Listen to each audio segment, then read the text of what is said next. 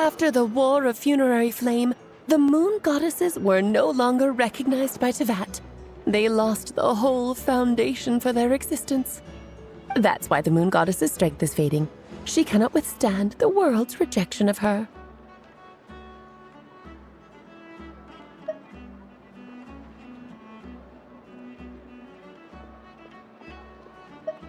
To be more pedantic about it, the moon goddesses did something to offend the heavenly principles, and that's why they were ousted.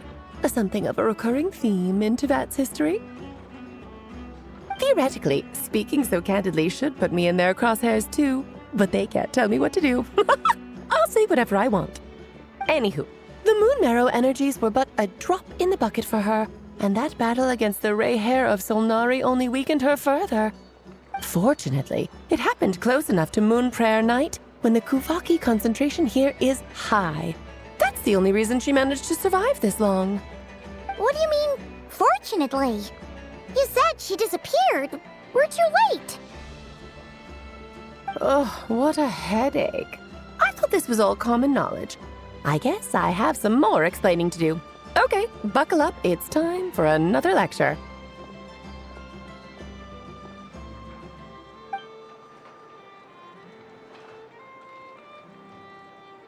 Now, I said earlier that the moon goddesses lost the foundation for their existence. The reason for that has to do with the natural order. Basically, the rationale for their existence in Teyvat was lost.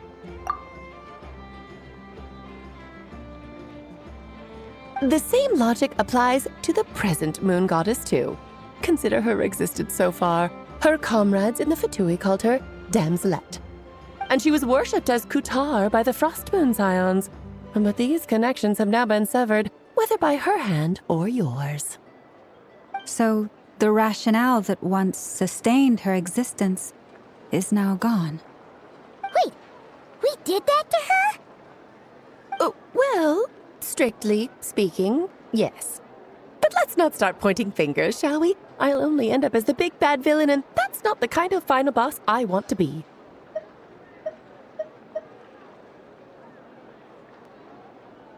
Of course I do. I'm only the greatest mage in the whole entire world.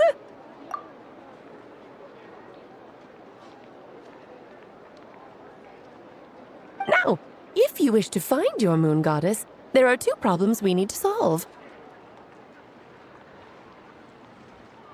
Firstly, we'll need to strengthen the connection between her and Teyvat, at least enough to sustain her until Moon Prayer Night.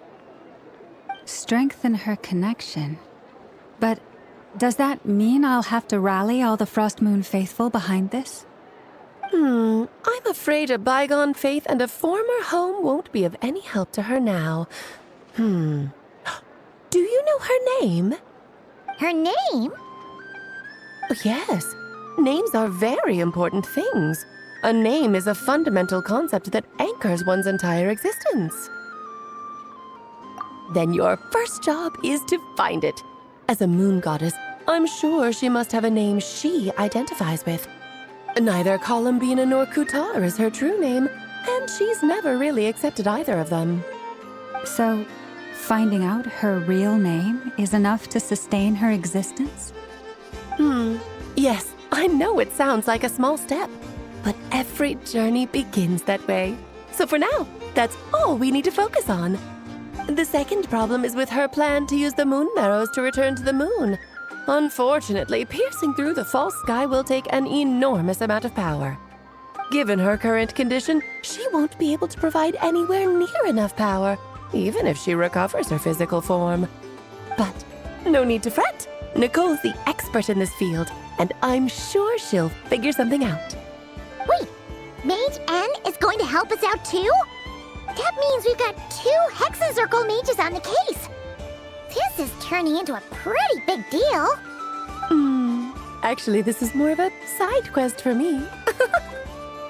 Like you said, I'm a busy lady, so I can't stay for too long. I'll have to return to Teyvat's border soon. That's the upside you get for looking out for my little Klee. Hopefully that will incentivize you to carry on keeping her company in the future. Anyway, jokes aside, You'd better get moving. It will take quite a miracle for the moon goddess's consciousness to hold out till moon prayer night. Oh, I suppose I might as well tell you where Nicole is before I leave. Off you go now. Time to meet your new friend. Oh, yes, and a little suggestion.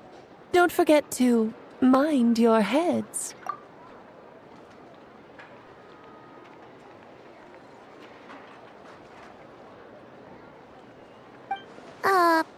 What? I wonder how Durin's doing. I should really go see him before I head back. You really are super busy. I most certainly am. There's so many children I have to keep tabs on just in Mondstadt. Durin, Albedo, Venti, Varka. Klee didn't make the list, huh? Of course not. Klee is my pride and joy. I have no qualms about her, because she's the best child in the whole wide world.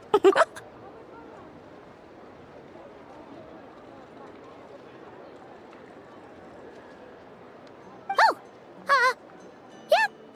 Klee's a little angel. I'm glad you agree. Well, all the best. See you when I see you.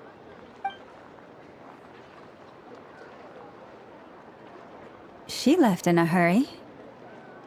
Yeah, she didn't pack up her stall. Should we handle it for her?